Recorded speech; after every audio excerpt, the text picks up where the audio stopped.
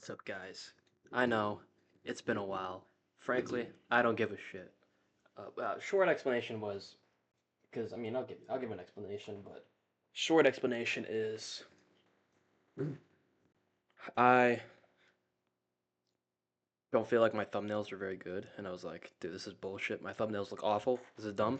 And then I have Photoshop again, so now my thumbnails don't look shit, but they're like okay now. They're like okay, so I'm willing to come back to it and just keep doing it, and keep up, keep up the uploading just because it's really fun and I do like it. Really, I get a dopamine rush from seeing a large number of views, and so I'm addicted. I'm a fucking addict. But other than that, yeah. UFC Fight Night, Cannonier versus Gregory Rodrigues. I think it's getting a lot more hate than it really deserves. I don't think it's that bad of a card, but we'll get into it. First up, Jacqueline Cavalcanti versus Julia Avila. I'm going with Jacqueline Cavalcanti. Julia Avila fights like once every decade, and she's like fucking. She has like one win in the UFC or some shit. She's like 2-3 or 1-3. And Jacqueline Cavalcanti is one of like the three female MMA fighters that I look at and like, wow, this bitch knows how to throw a punch, and she's really fun to watch. She knows how to throw a punch, and she'll throw her punches often. She's really fucking. This is a good women's bantamweight. I really hope she fucking becomes champ because she can actually strike well. Her grappling I don't know much about, but it seems her defensive grappling and being able to stay on the feet seems to be pretty good. Her last two fights have been split decisions. Shouldn't have been split decisions. Should have been unanimous. I don't know how a judge gave Nora Cornol or Josiane Nunez a round. It's kind of retarded, but oh, I'm sorry, I can't say that. Kind of stupid, but it is what it is. I'm going with Jacqueline Cavalcanti. Very good fighter. I like her a lot.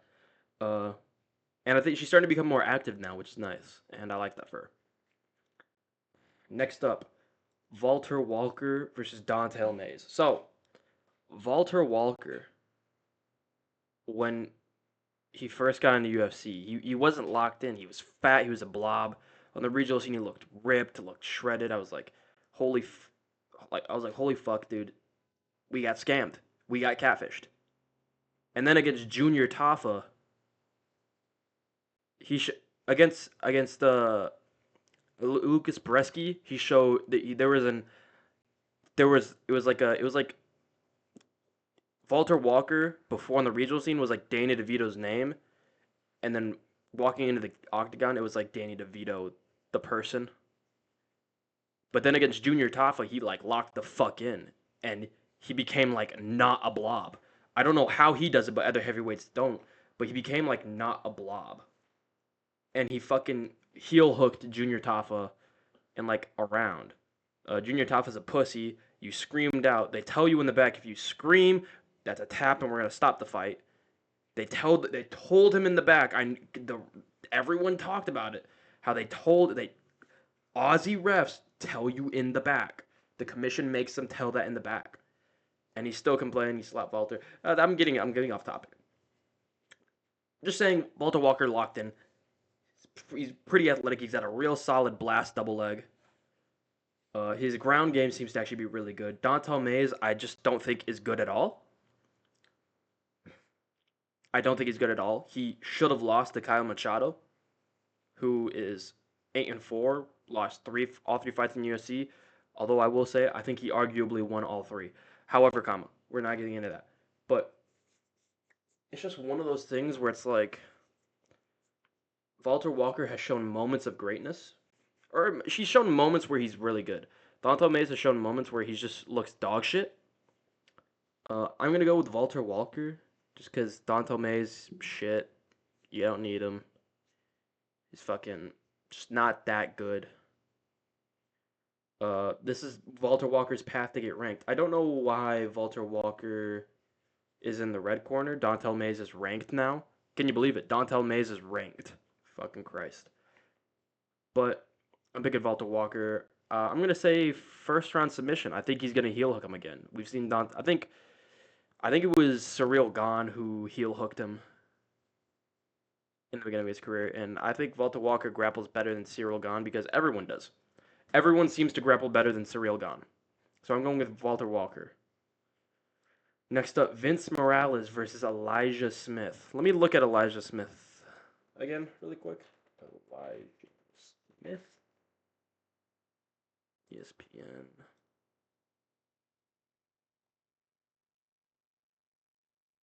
This was the guy that fought Aaron Tao. He had 3 fights last year. Um, oh, this guy got knocked out by Reyes Cortez Jr. I don't know if I like that. Cortez Jr. is kind of fucking mid, but I can't even say that was all the way back in then because that was only 2023. Fuck, this guy's only been professional for 3 years. He's already in the UFC. However, he did have a good performance against Aaron Tao. He was able to keep up on strikes, and he was able to, ugh, hiccups. He was able to out grapple him. But Vince Morales, I don't know. Vince Morales has like looked pretty good at times. I mean,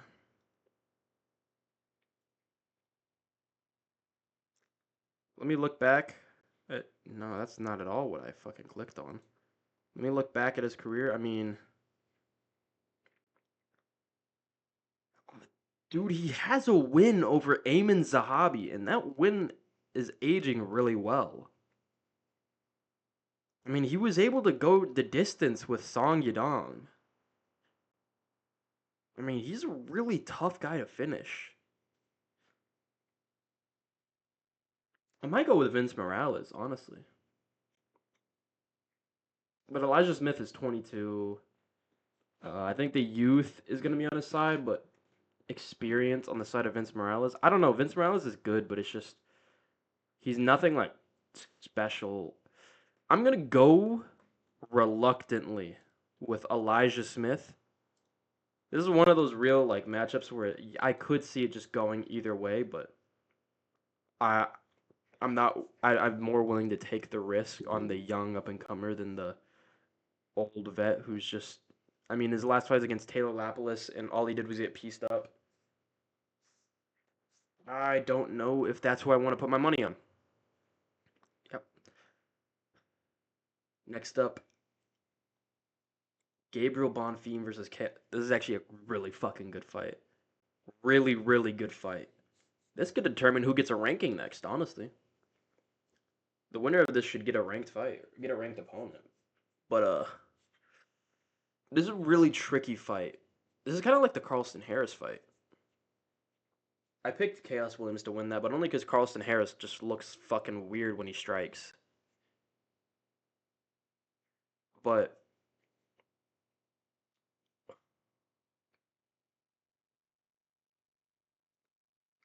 it's a real tricky one. It is a real tricky one. I'm gonna go with Gabriel Bonfim. His striking isn't. His striking against Angelusa looked. His boxing in particular looked pretty good. He's seen that pretty good combinations. He keeps his head. He doesn't move his head a lot, which worries me against a guy like Chaos Williams. And he has way shorter reach than Chaos Williams. He has a. Dude, Gabriel Bonfim has fucking short ass arms, dude. Holy shit, dude. Your arms are fucking tiny. But Chaos Williams is wild, and I think Gabriel Bonfim is a lot better than Carlson Harris, especially on the ground. I think Bonfim can get it down on the ground, and I don't think it's going to be like the Dalby fight where he gasses himself out. I think he's going to be able to, maintain a position and maybe get a submission. I'm going to go with Gabriel Bonfim. It's another matchup where it's like it's really tricky. You don't really know because it's like on paper, Gabriel Bonfim is just the more skilled fighter, but then you realize, oh right, Chaos Williams can just knock you the fuck out. Chaos Williams can just knock you the fuck out of nowhere. So it's one of those, but I'm leaning. I'm gonna go with Bonfim to win this by a submission. Honestly, I could see him leg kicking Chaos Williams and like tripping, and then as Chaos Williams gets up, he like jumps on a Darce or a guillotine. Uh, I can see. I'm not gonna pick that. I think he's gonna take him down. I think he's gonna get on the back, and I think he's gonna get him down. I think Chaos is gonna gonna in a moment where Chaos is getting up, Bonfim is gonna jump on a Darce or some shit like that. I don't know. I see Bonfim by submission round two. I'll say round one submission. Tricky, tricky. It's one of those matchups you don't know what's gonna happen. But I'm leaning towards Bonfim, and I'd prefer if Bonfim won. Just because Chaos Williams doesn't fucking fight ever. This guy never wants to fight. Don't know why. Dude, you could be he's 6-2 in the UFC. He's 6-2 in the UFC. I don't know why this guy does not fight more. It's whatever though. Next up, Rafael Estevam versus Jesus Aguilar.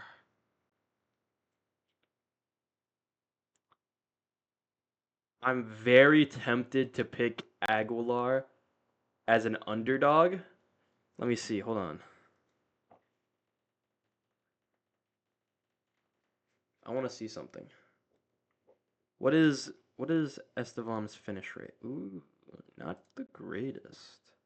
He can submit you, but I want to say Aguilar is gonna guillotine him. Both these guys fucking missed weight. It's okay for Estevam to miss weight because he's like 5'8" and he could move up to bantamweight. It's bad if Aguilar is missing weight because you're 5 foot fucking 4 and you will get ragdolled and fucking obliterated by any, and I mean any single fucking bantamweight. But I don't know, maybe he's got that Henry Cejudo level fucking wrestling all of a sudden. I really want to pick Aguilar by guillotine, but I'm gonna go with Rafael Estevam to just fucking smudge him, and I'm gonna pick him to smudge the shit out of Jesus Aguilar. I think it's gonna be a boring fuck fight. I think Estevan's gonna smudge him for the first two, and I think Aguilar in the third is gonna. I think Aguilar is gonna win the third by scrambling on top, kind of like in the Mateus Mendonça fight, and he's gonna land ground and pound, and then people are gonna say robbery, but it's gonna be Estevan winning just because he. Just because.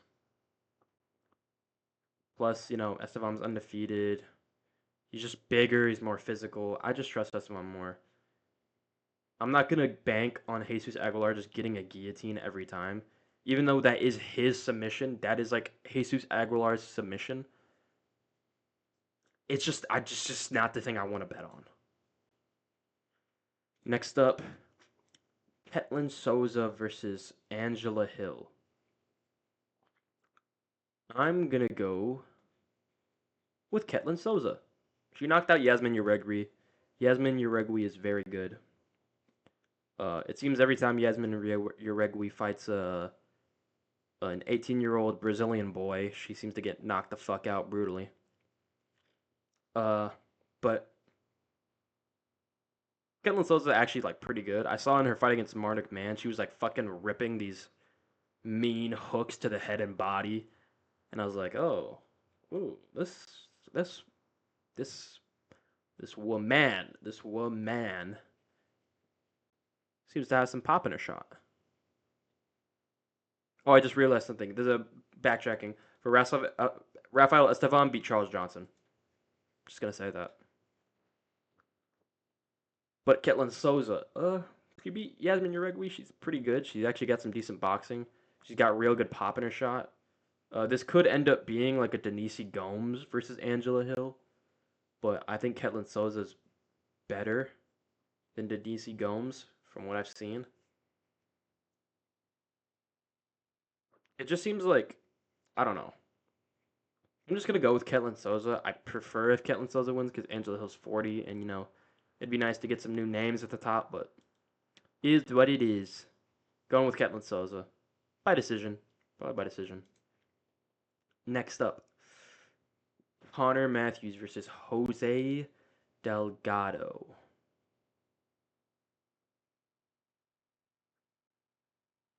I'm going with Jose Delgado. His Contender Series fight, he did really good. He beat one of Nate Diaz's guys. He's an undefeated guy, and he like hit him with a flying knee, put him out cold, or like he hit him with like a step in knee to the head, like right on the jaw that put the guy out cold. Really dynamic, athletic guy. He's 26. Connor Matthews is 32. Got knocked out by Dennis Bazooka like a year ago. I don't know. Just don't trust him. hasn't been too impressive, so I'm gonna go with Jose Delgado to get this one done. Jose Delgado's a finisher. He's got real good skills. Going with Delgado. Oh, hold 1 second. Holy shit. Ah, sorry. All right. Rodolfo Vieira versus Andre Petrosky. Actually, a pretty good fight. Actually, a pretty good fight. I want to look something. I want to look at something. Who had Andre Petrosky? I kind of want to see his stats for a second.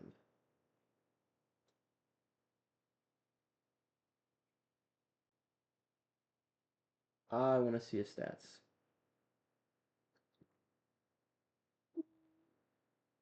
You know, I might just pick Andre Petrosky. I just want to see something.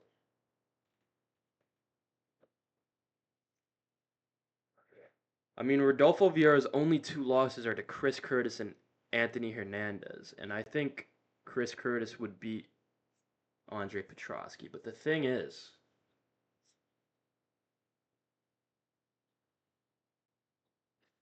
Rodolfo Vieira does gas. Rodolfo Vieira does gas and he does slow down. So honestly, holy shit. Let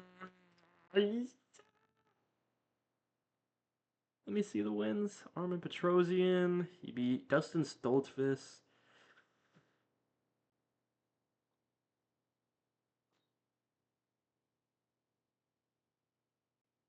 I'm going with Rodolfo Vieira. Yeah, he's 35, but Rodolfo Vieira is a fucking roid monster. Uh, I think he's gonna latch up a submission. And I think he's gonna submit Andre Petrosky. It's just one of those things where it's like, I don't think he's gonna be able to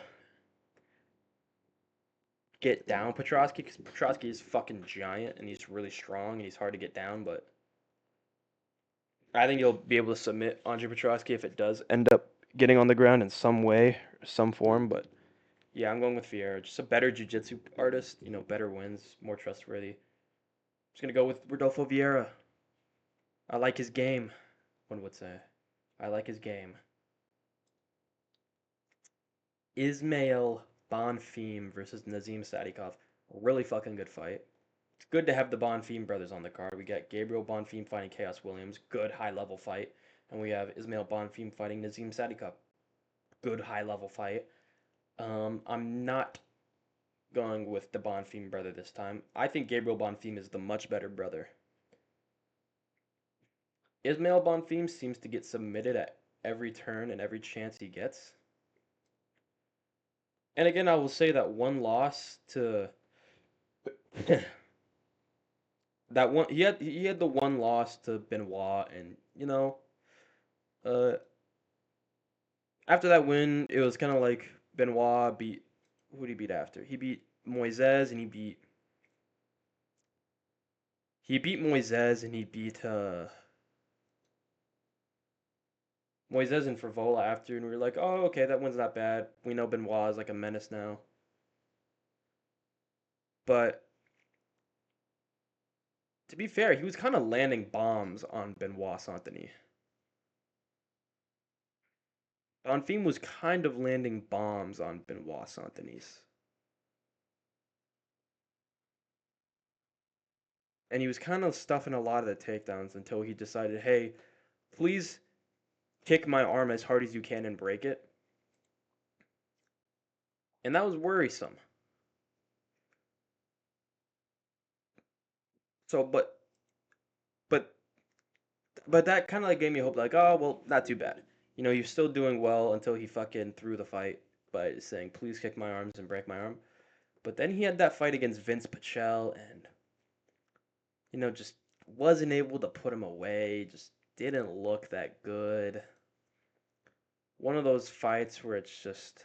And I know Nazim Sadikov, not that good. Not not has shown the moments of weakness too. He got pieced up by Borshev, and now we're seeing Borshev got dropped by Hooper a bit ago. Borshev got outstruck and beat on the feet by Tom Nolan. But I'm gonna pick Nazim Sadikov just based on.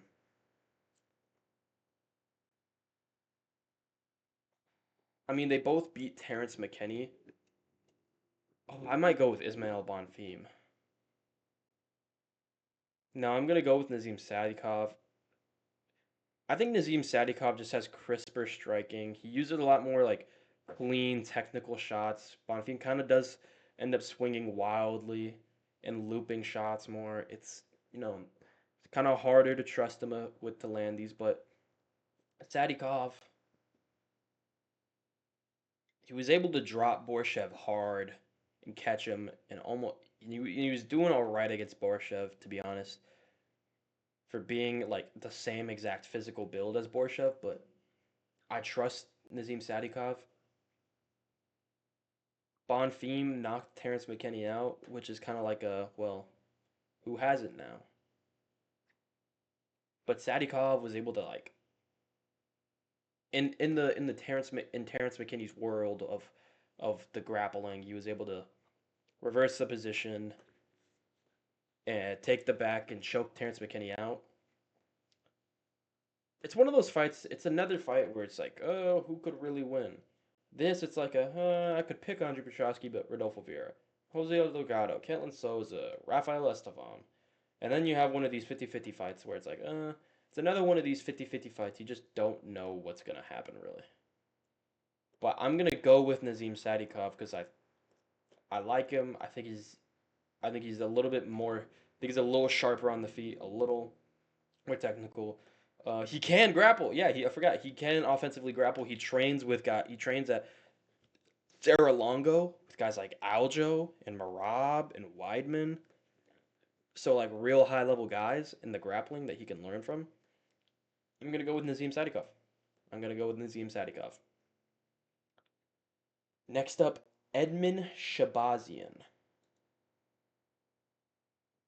versus Dylan Budka. I don't know why I stopped at Edmen Shabazian.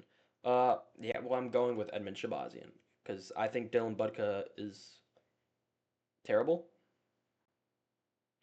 and Edmen Shabazian was fucking beating the shit out of Gerald Mearshart till he decided to gas himself out.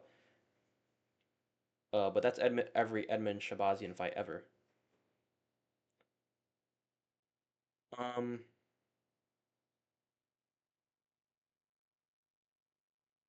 yeah, I'm gonna go with Edmen Shabazian. Dylan Budka's just bad, not good. Edmen Shabazian, he's kind of like untrustworthy now because of, we realize, oh my god, this guy has no fucking cardio. But he still does have power. He can finish a fight, and I think that's what he's going to do. Dylan Budka gave up to, pitter pat. I'm not going to say pitter pat elbows to the side of the head, but he you know, he went to the elbows to the head, and I think Edmen Shabazian is going to be landing a lot cleaner and harder shots than an elbow to the head. So I'm going to go with Edmen Shabazian, round one knockout. Next up, Calvin Qatar versus Yusuf Wake 'em Up Zalal. No, I'm joshing. He's not Mr. Wake 'em Up Zalal. I'm going with Yusuf Zalal. It's one of those fights. It's kind of easy to make your pick now. At first, Yusuf Zalal, when he came back in, it was one of those like, you're going against Billy Q. This is one of those times where it's like, we don't know. He could just, not really be all that. We could just be throwing him back in the deep end just to lose again. And then, after he kind of, dropped Jack Shore with that knee bad and subbed him, and how he subbed Jarno Aarons, and how he subbed Billy Q. And he was piecing up Billy Q. And Billy Q, we saw what Billy Q was doing in his last fight with Cub Swanson. He was making it competitive with Cub. He was having a real competitive fight with Cub Swanson. And Zalal was schooling Billy Q on the feet, making him look silly, chopping the leg, landing knees, landing big shots that were wobbling Billy Q. Fucking Zabit tripped him. Or a Sotogari. Fucking like looking like Piotr Jan against Billy Q. And he subbed Jack Shore, a real good submission artist, who then, who retired, but Jack Shore is still like really good. Jack Shore is a really good fighter. I mean, what am I? I'm like blanking.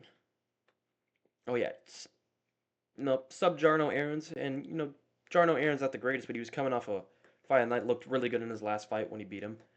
You know, it's just Calvin Cater's on this like decline. He lost the what was it? What was it? He had the robbery. Was it the robbery to Emmett that was the first on his decline? Wasn't it? It was the robbery to Emmett. Yeah, yeah. It was he was 1-5. He's 1-4 in his last five. He had the loss to Holloway. He got robbed by Emmett. Blew his knee out against Arnold Allen. Then comes out, doesn't throw a thing, gets dominated by Aljo. One thing I will say, Yusuf Zalal does leave openings on the feet, but I think he's like a spider monkey. Pause. That's not racist, but he's like a spider monkey, where like he can just get on your back immediately. Like he's really really good about like capitalizing on certain positions on the like in the grappling. He does leave himself open in the boxing sometimes, and I don't like that. That worries me. That really, really worries me. Like Jack Shore, there were moments where Jack Shore would just like throw a quick combo, and it was like, oh, I don't know. But uses the law, he does like. I do think he'll be able to manage the distance well with his kicks, and I do think that when Cater tries to come in with combos, he'll be able to meet him with like elbows and knees, and I think he will be able to get the back and choke him out. I'm picking Yusuf Zalal by submission. Next up, Jared Cannonier versus Gregory Rodrigues. I'm picking Gregory Rodrigues. I think this is gonna be the final fight for Jared Cannonier. I think it's gonna be his. I think this might put him into retirement. He's 40, and while Jared Cannonier is one of these guys who looks really good no matter what, like he always looks in peak physical condition. I mean, what he challenged for the belt at like 37? He was like 37 when he challenged Izzy for the belt. Yeah, sure, boring fucking fight. But then what? He beat Sean Strickland like 6 months later. And then 6 months later after that, 6 months after that, fucking schooled Marvin Vittori, beat the shit out of him. But now he's got the two rough losses back to back. Took a lot of damage in both fights. Didn't take too much in the Emevo fight, but he got rocked bad and was getting hit with certain shots. And while it wasn't early stoppage, it was the fact that he went in like 3 months later against Kyle Baralho. And then he got rocked real bad again. In the third round of that fight, got wobbled bad. And then he got dropped real, real bad in the fifth round.